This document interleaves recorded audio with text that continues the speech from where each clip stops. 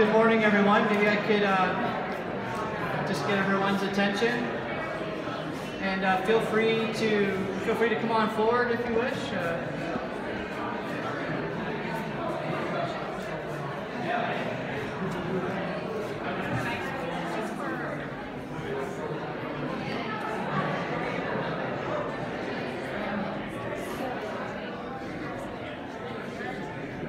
Thank you very much, everyone, for coming here today to mark the National Day of Mourning here at City Hall.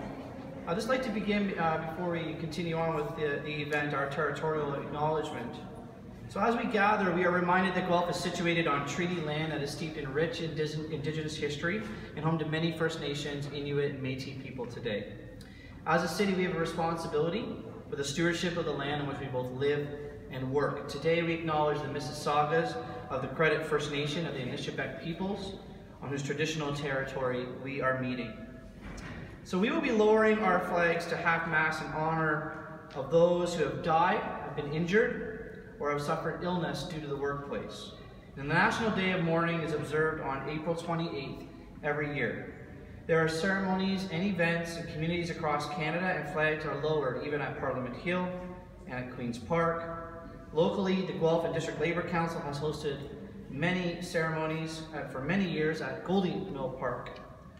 Speaking of Parliament Hill, I do want to acknowledge today our MP Lloyd Longfield is here, and I know that regrets were also sent by Mike Schreiner, MPP.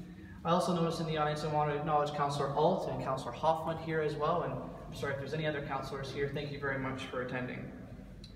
But this today, folks, is actually the first time that we've had a gathering for this day at City Hall. And I really want to thank the people responsible for it. That is the city's executive team, the union leadership, and all the staff that have organized this event. I am so pleased to actually see many, many city employees here. I'll be saying just a few words, and then I'll be moving it over for our Deputy CAO, Trevor Lee, and three of the city's union leaders, Connie McDonald, Tiffany McVeigh, and Patricia Gray. And then I will invite everyone over to the flagpole outside for the lowering of the city flag. And I'll invite everyone to observe at that time a moment of silence. Following that moment of silence, then we can adjourn back into here, back into the Galleria, where coffee and some tea will be served for everyone. So it is easy to take health and safety for granted. You get up in the morning, kiss your family goodbye, head out the door, yet another day of work, right? And then you never imagine that you will not return home again, or that your life will be forever changed by injury or illness. But that actually is the reality of many hundreds of people affected across Canada and families affected across Canada every year. In 2017, there were 951 workplace deaths in Canada. There were more than 250,000 accepted claims for workplace-related injuries or disease. And some of those injuries were minor, but some of them were life-changing. And behind every one of those numbers, there is a story of a life cut short or forever changed, a story of a spouse, children, friends, co-workers that they are left to pick up the pieces. We have a responsibility to remember and honor those who were killed or injured on the job. But more than this, we have a responsibility to rededicate ourselves to health and safety in the workplace, and today can be a reminder of that. We are very fortunate here at the City of Guelph to have a very strong culture of health and safety supported by many policies and training. It's important for all of us, no matter what your job title is, and no matter where you work, to make health and safety a priority and to never take it for granted. So with that, I am pleased to call upon Trevor Lee, the city's acting CAO and Deputy CAO for Corporate Services, to say a few words. Please welcome him to the microphone.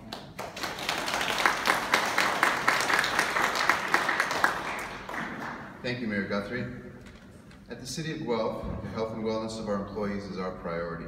Every day, city staff work as safely as possible. However, workplace injuries do happen, regardless of type, work, location, or shift. We know that most, if not all, workplace injuries are preventable. As a start, we all need to work more diligently, follow our standard operating procedures and policies, wear protective equipment, and ask questions and speak up if something isn't right. As we work together to eliminate injuries, we should be proud of the progress we've made regarding our health and safety. Reporting on health and safety issues is at an all-time high due to increased awareness around the need to report, but that's just a small part of the bigger picture. We're able to use reporting information to better identify incident trends, which in turn allow us to respond to incidents and identify possible controls better. Our 9 joint health and safety committees are frontline and management staff are working to improve workplace safety. Over 60 employees are ministry joint health and safety committee certified, which is 3 times the legislative requirement for a city of our size. Our dedicated health and safety staff are regularly putting in place, reviewing, and updating policies across the organization. While we remember the past, we will not stop working on a safe and healthy future for our employees.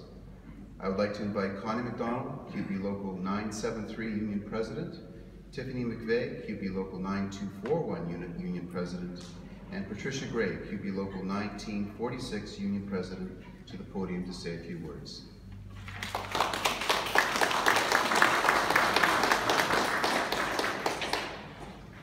Thank you, Trevor. Today we gather to remember those workers who have lost their lives and to those who have suffered illness or injury as a result of workplace incident. QP Local 241 outside workers, Local 973 inside workers, and Local 1946 library workers stand together with our employer to demonstrate our commitment in establishing and enhancing safe working conditions and practices for all our members. Ensuring every worker goes home after each shift to their families and loved ones, free from mental or physical strain, injury, or death, is a right to all workers in Ontario. In renewing our commitment to do everything we can to prevent workplace injuries and loss of life, we look ahead to our future. We continue to work collaboratively towards fostering safe and healthy workplaces. On behalf of all workers within our beautiful city, we extend our sympathies to those who continue to suffer from workplace illness or injury, and to those who have so tragically lost a loved one while on the job. Let your tragedy not be in vain, but instead a lesson to us all. Preventative measures and safe practices are our assurance that we can and will return home to our families each and every day. With this, I call on Mayor Guthrie to come back to the podium.